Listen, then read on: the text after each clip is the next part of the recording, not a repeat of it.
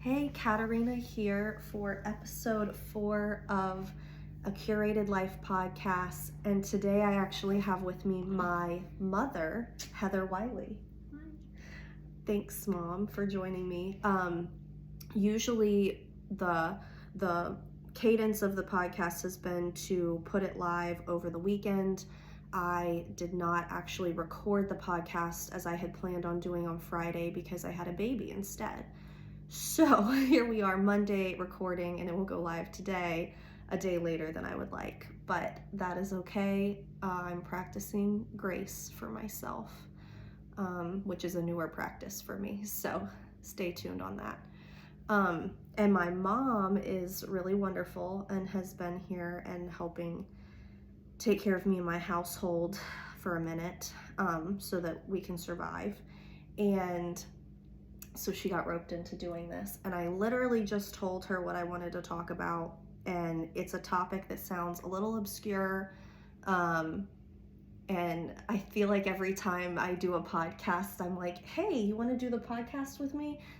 So far it's been Tori or Betsy, and then right before I'm like, this is what we're going to talk about, and they're like, oh, okay. And I just did that to my mother. So I think it's going to be great though. I want to talk about perspective and how perspective changes over time, and how we might pursue healthier and better perspectives.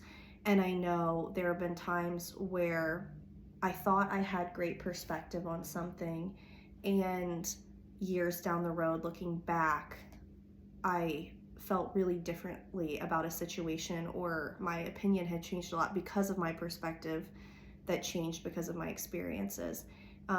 It's something that made me think about it this morning was my postpartum body, because I had a baby, 3 days ago? I had a baby Friday, it's Monday, whatever that is. And I remember with my first baby immediately being very upset about my postpartum body. As soon as the baby's out, you're not pregnant anymore. So like the belly's not cute. It's not this cute, curvy, pregnant body. It's just squishy and it's terrible and it's upsetting. And with my second baby, there was a lot more damage done than on the first. So that was upsetting. And here I am with baby number 3, and I'm looking at it and I'm like, it's not too bad. I can work with this. I don't have like a whole lot of fresh stretch marks. I'm like, yeah, we'll see. I'm sure like 6 months down the road, I'll be like, oh, this is taking a while to tighten up. But it really struck me how differently I feel about my immediate postpartum body, because I've done it before and I know that it takes time to heal and it's going to be fine. Mm-hmm.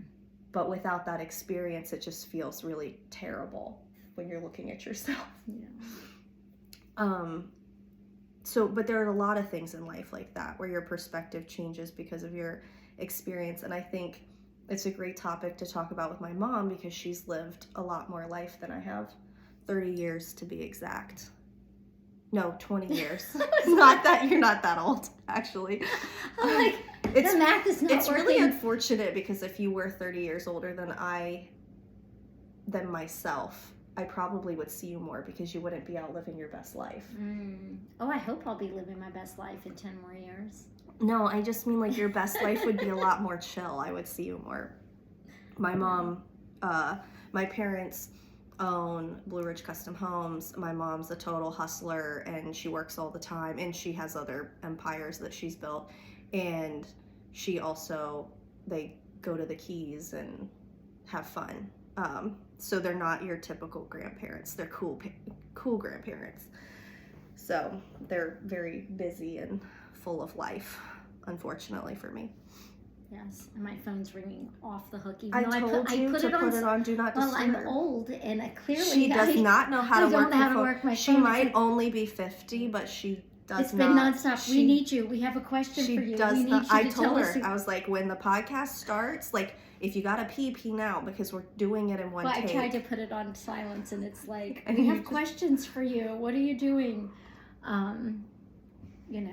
It's she was saying we have a lot of fun and stuff. Her dad and I have a motto: if there's tickets, we're going. Mm-hmm. So. Is that something that changed? No, you guys were always a lot of fun, though, I feel like. Yeah, but when our youngest was leaving the house, I kind of looked at your dad and said, I don't know if we like each other. We need to date. Let's change our paradigm. Let's change how we are living our lives, because for all these years we've been being parents. Now it's just us, and so we got a new motto: if there's tickets, we're going. And some stuff was great, and we enjoyed, and other stuff we're like, did that, check, we're not going to do that again. But it's given us a whole new perspective on each other, as opposed to just trying to get through life and parent together and make these things happen. We're actually trying to develop a friendship and a relationship just with each other outside of the family. So would you say your perspective on marriage has changed in multiple ways over the last... So my mom's been married as long as I've been alive in the literal sense. So 30 years. That's the one that's 30 years. Yeah. She's been with my dad 30 years and been with me for 30 years. So do you think, how has your perspective changed on marriage in that 3 decades, from when you were a child till a 50-year-old lady? Oh gosh. Don't lie. I'm still... Don't lie. I'm still working on that. But it has changed over yes, time. It yes. has not stayed the same.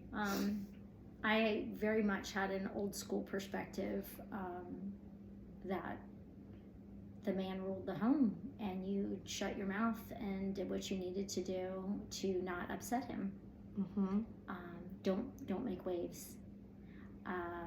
My perspective now is more heading toward, not exactly there yet, as we're equal partners, or supposed to be equal partners. Mm-hmm. And this isn't a relationship where there's one person more important than the other. What do you think influenced that change in perspective for you? I'm quite sure a lot of it has to do with the kids leaving the house, because for the longest time, my role Was mom. I mean, Mom wife. and wife. Mom and And wife. mom, and you're just doing that thing. You're just doing it, and you've got 3 kids, or 1, or however many you have. I had 3, and trying to do 150% the best you can in that scenario. But then once, talking about changing perspective, once all the kids leave, it's like, what life do I want to live here? Mm-hmm. How does this work now that I'm not parenting? I mean, you still parent, even when your kids get old. No, y'all did a pretty good job to where you were able to take your hands off the reins. Yeah, I mean, all of our ways. kids actually moved out of the house and When we are productive left. members of society and don't live in my basement smoking pot all day, so I'm thrilled. Do you think, like, part of that, I feel like your pursuit of dad and being a good wife was very much driven by your role as a mother? Absolutely. So it was because you were a mom that you were like, this is the family unit that I want to have, and my belief is that what's best for the kids is for our family to look like this. So Yes. I need to pursue being the best wife that I can be for the love of my children, kind of. Absolutely. I mean, and you're trying to make their lives the best they can be emotionally, and you're just doing the best you can each day. If I could go back in time, would I change things? Probably, but who wouldn't? Knowing what they know now, would you go back and change, how you did things? Certainly. You did the best you could do I with was what you had. trying to, So you try to be the best parent you can be because you want your kids to be emotionally stable You love your babies. adults. You're like, how can I give my babies the best life? I do think that today's day and age perspective of your generation is very different than my generation. Yes. In how we are supposed to raise children and how we're supposed to discipline. I really, my perspective has changed on raising children, and I'm not doing it anymore, thank goodness. But a ton. If I could go back in time, really teaching kids to understand their emotions and why they feel the way they feel has been a really big one for me, instead of just sit down, shut up, keep your mouth closed. If you want to cry, go in the other room. Behave. Don't rock the boat. As opposed to getting down on the kid's level and saying, why are you feeling this way? Even if they're the ones who are acting out. Well, why are they acting out? Mm-hmm. They're dealing not with them feeling. being bad, but they're acting out because they're having a feeling. They're having an emotion that is bad. And so let's recognize what that is and help them work through it so that this behavior doesn't come out in a yucky, nasty way. So as they transition into adulthood, their behavior won't come out in an adult temper tantrum where they're like, F you, blah! Because they haven't dealt with their emotions. And I really find a lot of wisdom in this, and I wish I had known about this kind of parenting when you guys were young. This is her really nice way of telling me I'm emotionally stunted. I'm just kidding. I mean, it's true. But well, I didn't really teach you guys to. We had a very traditional, very authoritarian, disciplinary. Now, we were very loved, like very, very loved on, but it was a very authoritarian style leadership with you, and very strict discipline. Say yes, ma'am, and do what I say. Yeah, if you had an attitude or your feelings were being disruptive to the household, that was considered bad behavior. Yes. And I do think it played a role in maybe all of our abilities to process our emotions, and we do tend, which I've talked about on the podcast before, to shove stuff down. But that's something that for generations has been passed down in the family. Oh. Yeah. And there's this really amazing quote by Sam Reuter, who's an artist. I own some of her pieces in my house, and I love basically everything that she does and everything that she writes. And one of her pieces is about the passing down of trauma and burden from generation to generation of women, and like the complicated relationship between mother and daughter and passing that on to each one. And I'm gonna try not to cry when I say it. I just had a baby, and it's like a very moving quote to me, but with the painting, she writes, "Sometimes I open my mouth and my mother's silence tumbles out of me." And when I read that, I was like, ouch. Because it is these things, they get passed down from generation to generation, and silencing our emotions, tucking down our own needs, our own desires, who we are, what we're feeling, all of that stuff is something that's passed down. And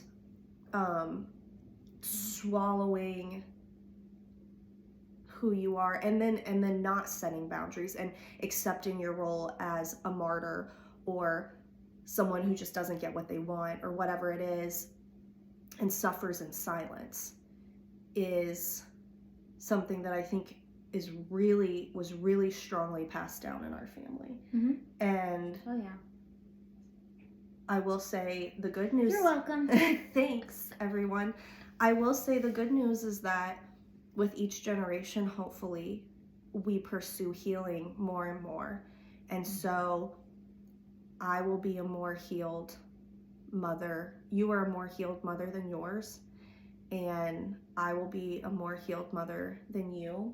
And my daughters, if they choose to be mothers, will be more healed than myself. And they'll be more whole women than I am, hopefully, because of the work that I'm doing. So the silence that I practice hopefully is less, so that theirs can be less.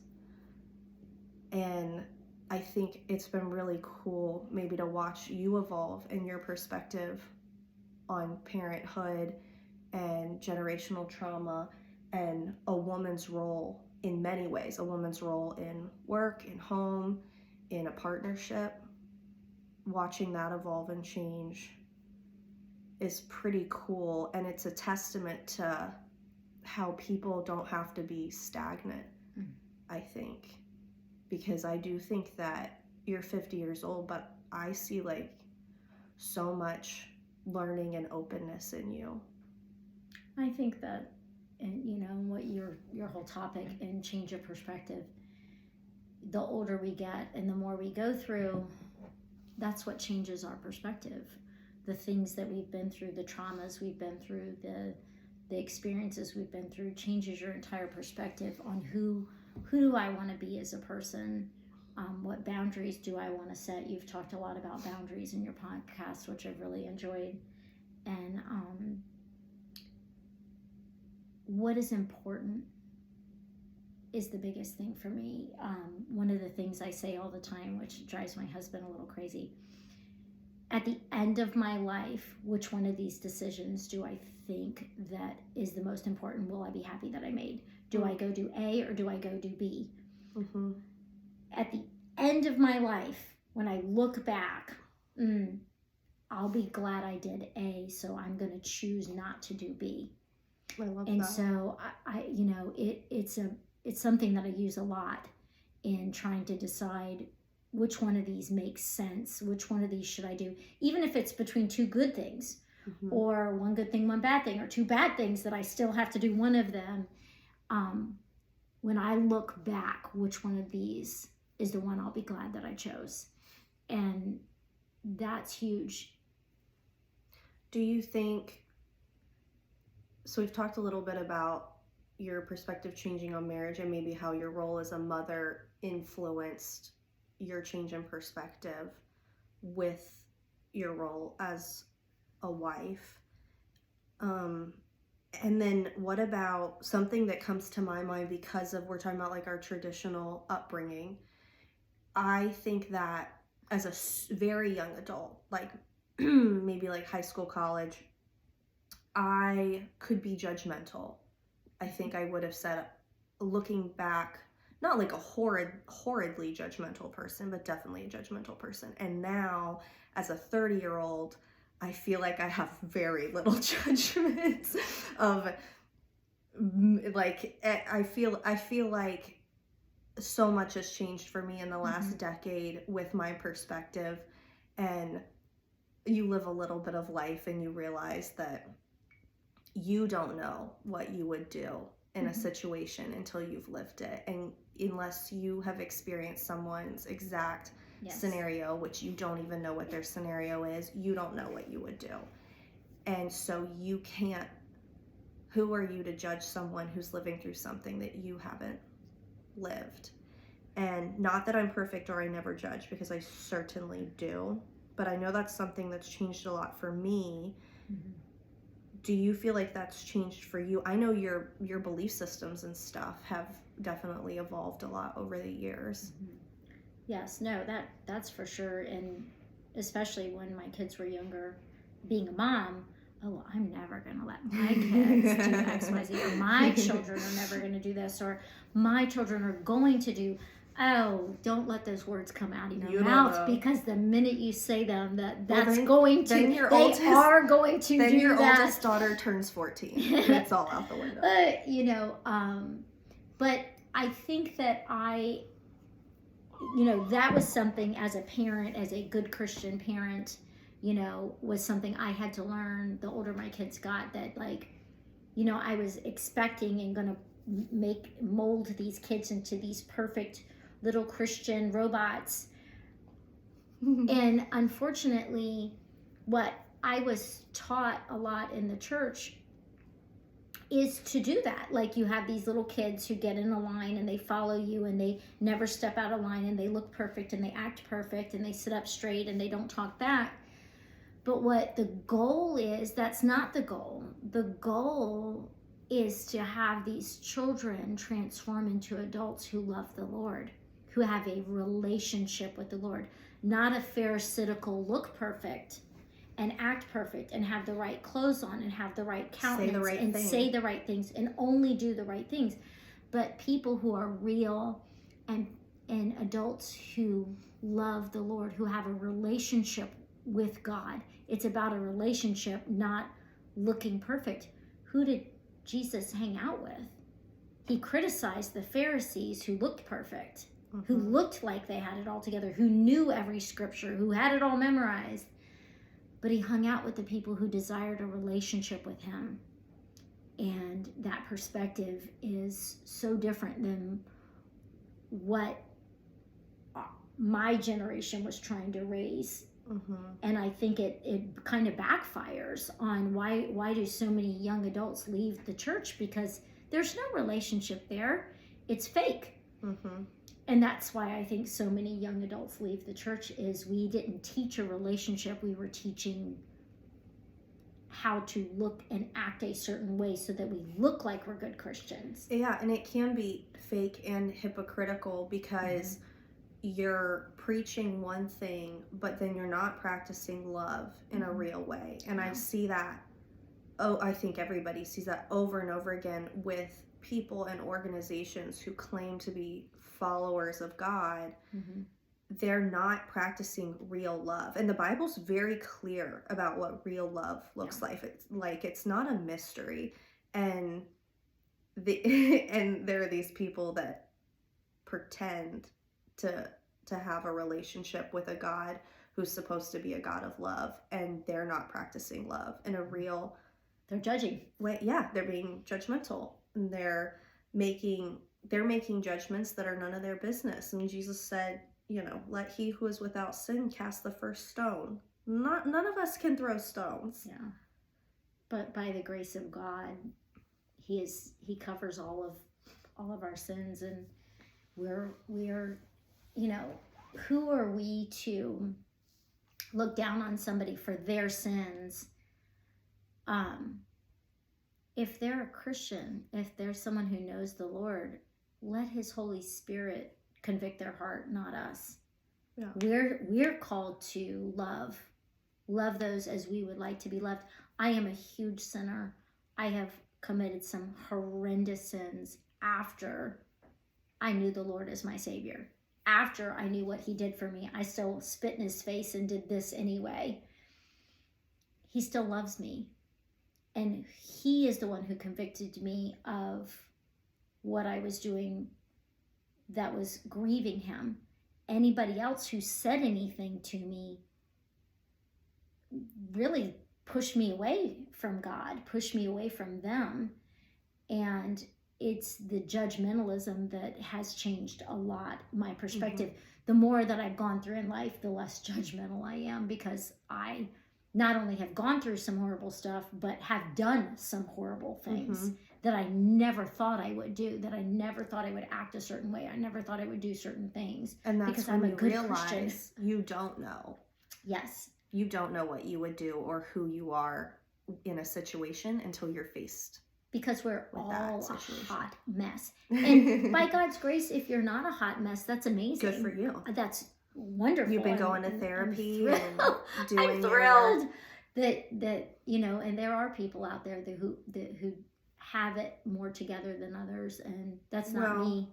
I think there are people who have been doing the work on themselves, and then there are the people that are pretending like they did the work, or people who pretend like they don't need work. Something that Betsy mentioned on the last podcast very briefly, but her and I had spoken about it that morning when she came over, was our tendency to pretend.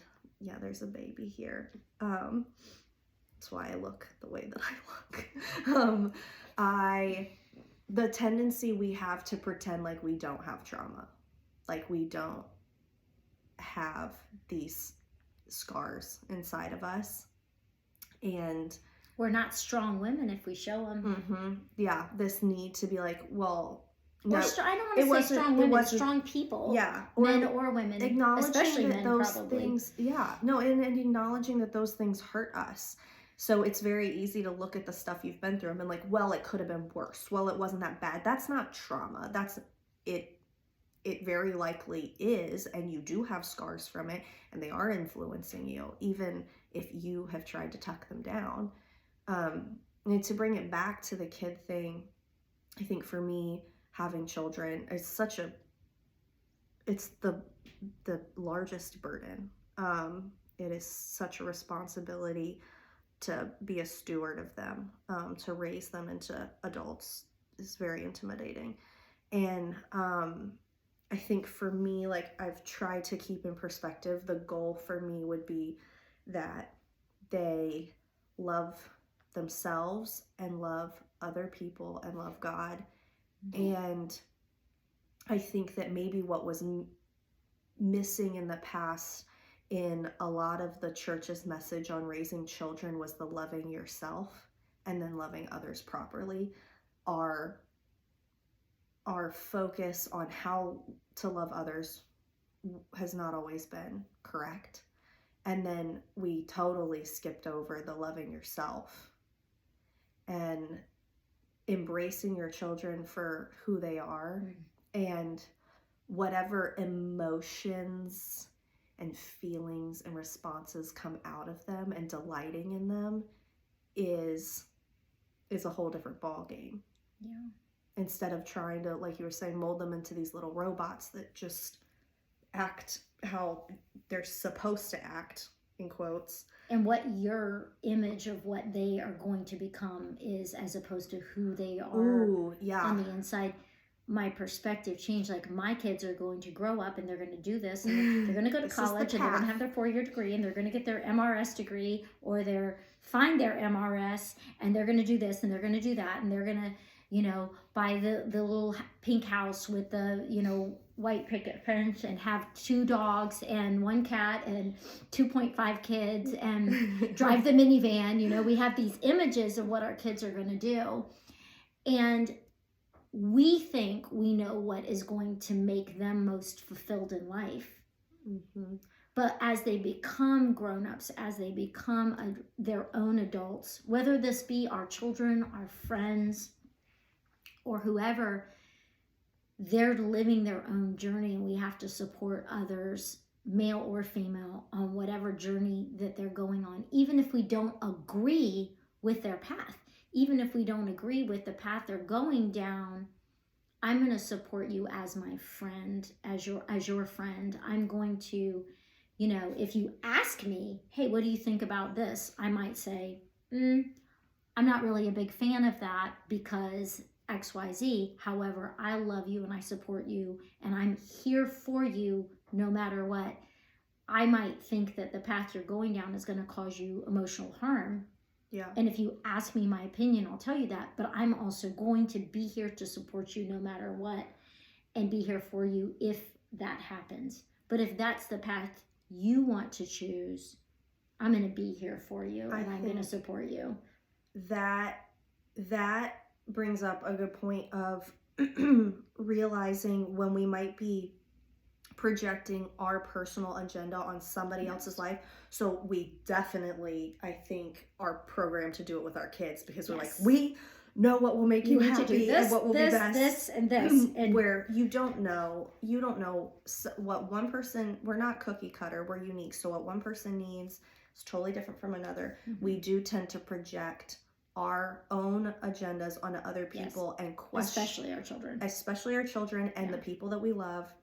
And we think that they should make the same choices that we've made, or the choices that we wish we made, because we just know that would have been better. And the reality is that that's not, they're not you, and they might not want the same things that you want. And I can't tell you how many times I've been questioned on choices that I've made that were not traditional choices.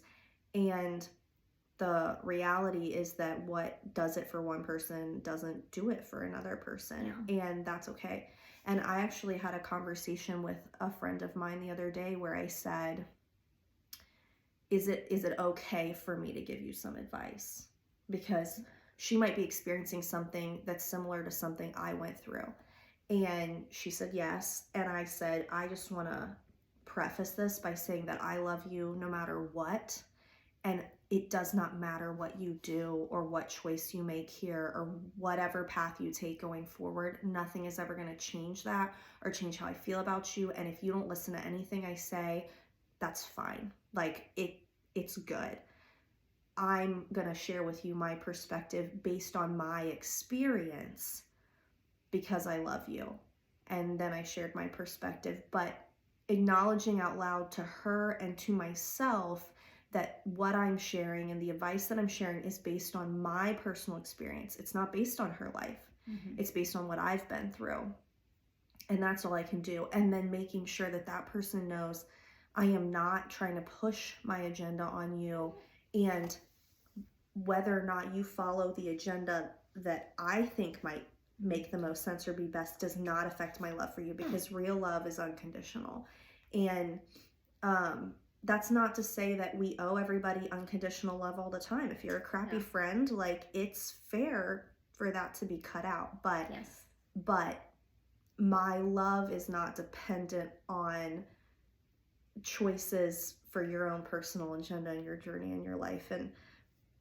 And making that clear when you're giving advice to somebody, that my love is not dependent on you doing what I say or what I think you need to do or should do, I think is something I've learned over time, because I'm a very opinionated friend. And I will tell you exactly how I feel. I've had friends who have dated guys before who were really horrid to them. And I have said to those friends, I think this guy is awful. I hate how he treats you. I think you deserve way better. No. Now, if you choose to stay with him and you marry him, I will celebrate you and I will toast you and I will support you and love you no matter what. But I love you, so I am telling you that I think you could do better, because I think you need to hear that. And I don't know if that's good or bad, but I think in real love, we're honest with each other, but then need to acknowledge with ourselves and others what our motivation is behind what we're saying, because our perspective could change over time, because we don't know what we're going to go through. And there are times where we, need to just keep our mouth shut.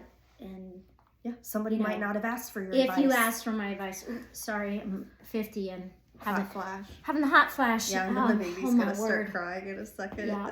The sound quality is going to go downhill real fast. I do think that I did have a little bit more grace for my children as they got older, not with the attitude as much, but with the decisions my kids have made and not made, whether it be, oh, my son wants to have long hair, okay, I don't care, it's your hair, dye it blue, I don't care. A lot of parents are like, I can't look that way, because I was such a crazy teenager, and I definitely didn't live the traditional, I wasn't the perfect child. So as my kids made choices, I was, thought most of those choices were better than most of what I decided to do at that age. So that helped me have a better perspective and be a better parent, as far as like understanding, when y'all would, you were honestly a really great teenager. You had a little bit of an attitude here and there, like most teen girls do. But behavior-wise, really you bad, were not bad at all. But being the bad teenager that I was, it gave me a good perspective to understand when my kids did do things that I didn't care for, to love them through it and be a more understanding of where they're coming from. And I think it's hard for us as parents, and it's hard for us as friends when we haven't done certain things and we see our kids or people we know doing things that we don't agree with, because we haven't lived let them live their journey. Also, sometimes having similar experiences to someone can make it hard to let go of it, because you feel like, I've done this, I know what happens, which you don't. Nobody's journey is the same. So sometimes it can be hard to let control of that when you have had a similar journey, because you feel like no, I have the experience, I'm telling you. I went through that. Don't do that. Exactly. I think with friends and family, but I think that brings up a good point, is taking your perspective on it and being like, am I having a reaction to this person's choices because of my own journey that I went through and the trauma I haven't dealt with, so it's making me freak out because I'm afraid of the consequences that I experienced being on this person? Or am I just trying to love them through this and help them in the way they want to be helped, or that's actually helpful? Don't cry. Oh my goodness. Yeah, she's thinking about it. Yeah, I do believe a lot of times, the more we go through, the more we do, the more we experience, it gives us a new perspective on what we want to allow in our lives, what we want to, put up with, basically, and setting boundaries. You guys have talked a lot about boundaries, I think, recently, and setting those boundaries in not allowing certain things in our lives because of our new perspective. Mm-hmm. Do you think that your approach to friendships has changed a lot over the years? Friendships and family, yeah. Absolutely, which is everything, Yeah. I can still love people with my whole being, but say from a distance. I have to set a boundary here, because in this moment I can't personally take on any more drama or any more hurt from that person. That doesn't mean in the future I'm not open to allowing them back in. But today, in this moment, I am setting boundaries with certain family members, certain friendships, or it doesn't even have to be family or friends. It could be work things, and saying, you know what? I'm no longer going to do this. This is a boundary that I'm setting. And if that causes me to make less money, if that causes me to have a shift change in what I'm doing in work, so be it. We have to do what's healthy for us and our family and those around us. And if something is causing you harm on a regular basis, whether it be family, friends, work, things you do, going out, is something you look back and you're feeling emotional trauma from these things on a regular basis after you've done them, or after you've experienced them, or after you've had an interaction with someone, you need to cut those things out of your life. You need to say, I'm setting up a wall here to where I'm no longer going to engage in this, whether it be people or things or experiences. You guys were just talking about going out and partying.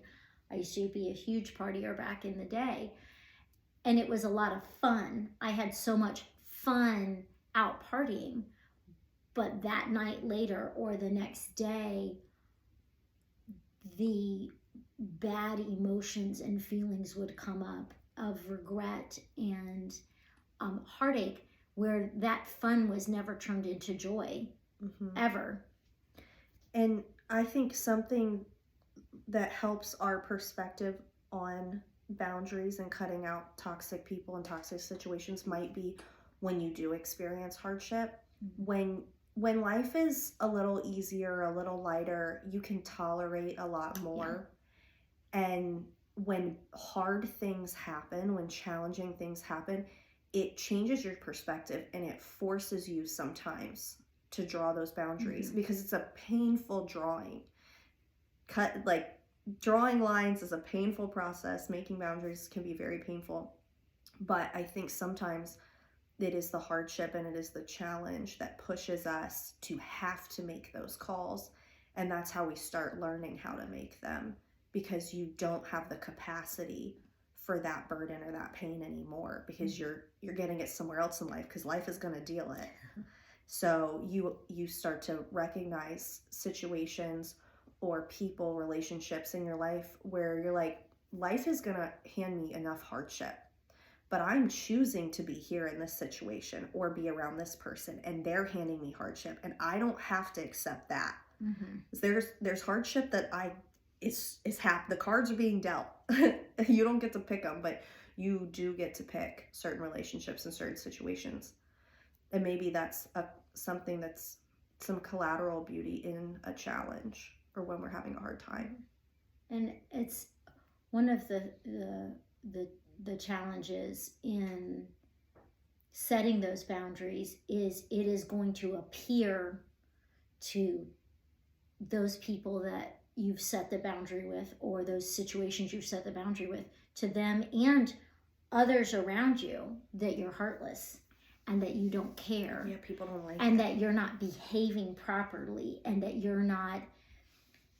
they don't understand. When you set a boundary, most of the time, it's hurtful to you. It hurts to set that boundary because you've been living this experience. You've been with this person. You've been doing life here. And you're saying, I'm no longer going to do that. Well, you're cutting something out of your life that you've had for so long, or that you've been doing. And it is hard for you. It is difficult to not jump right back in, especially with the judgmentalism of others. Like, well, why can't, that person said they're sorry, or, you can just go out and drink just a little bit, or you can just, people are so judgmental. They don't comprehend until you've gone through certain things, or they've gone through certain things, that when you're setting those boundaries they weren't easy to set. It's not like you're like, I'm not doing that anymore. I'm not hanging out with that person anymore. I'm not gonna allow this family to be toxic in my life anymore. I'm not going to. All of those things are very difficult choices and do cause heartache, and the pressure that people put on others to allow that toxicity back into our lives is not loving. No, that's a really good point, is that family, friends, we do it ourselves. We do pressure people sometimes to not set those boundaries because we don't support their boundaries. We don't feel comfortable about that boundary. It doesn't behoove us, whatever. And well, that's family, or just have one drink, you'll be fine. Whatever the boundaries that you might want to set for yourself, we do receive pressure not to. And also there's pressure from knowing that you're going to hurt some people's feelings. Like, I don't want to hurt anybody's feelings. But your feelings are also hurt in making that boundary. That's where there's a disconnect of saying, oh, we're just hurting others, not we're also hurting. There's a reason that boundary was set. But even setting the boundary and cutting that person out causes us pain to not have them in our lives anymore. I was talking with a guy in the office, I don't know, a couple months ago, about a relationship dynamic he has with his dad. Not that he needed to cut his dad out, but there was like a certain dynamic there with a work thing, and he was like, I can't make this change because that's my dad. And I said, I totally understand you feeling that way, but what is it that makes your dad's desires in that situation more important than your needs and desires in that situation? You understand? So you're making this choice it's not what's best for you, for your dad's feelings. But why does that take precedence over your feelings in the situation? And he was like, well, I don't know. And I'm not saying that it's always mine over yours, but if we're so focused on other people's feelings, like, what about your feelings? And why would this boundary, why are we setting boundaries for ourselves that have more to do with other people than they have to do with us? Any other thoughts to share on that? I really appreciate. I'm proud of you. I am proud of you, Wiley. I love you. And thank you. Are you proud that I have such an amazing daughter? I look really amazing today. I haven't slept since Wednesday night, really. But I am proud of you and how much you've evolved and changed, and the example that you've set in that, because change is hard, and I have seen your perspective on things change so drastically over the 30 years I've been alive, over the last decade, over the last couple years. And I think that it's a testament to what a beautiful heart that you have, that you are so open to learning and recognizing when it is time for change, or even acknowledging that maybe you were wrong about something, or that your ideas or beliefs may have evolved. And I think it takes a really big person to allow themselves to grow like that, and not everybody does grow. And I hope that I follow in those footsteps and continue to evolve myself in front of my children. So I love you. Love you too. Thank you for being on the podcast with me so that I could do this today, because my personality doesn't allow me to not get the podcast done. I did wait Even until one day, Monday. I did think about doing it yesterday, and I was like, that's insane. I need to take a nap. But I'm a little bit of a crazy person. So thank you to anyone who has listened or reached out. We get some really wonderful messages from people who feel connected to what we're saying, and it means a lot to me and the people who have joined me on the podcast to hear that kind of thing and hear that kind of response, because we're just sharing from the heart here, and it can be intimidating to be vulnerable to a public audience, but it doesn't feel so public or naked when people reach back out and say, I really felt this, and connect and share with what it meant to them and how they felt about certain situations or things going on in their lives. So I appreciate anyone who's listened. This was episode 4 on perspective on a Curated Life podcast. Thank you.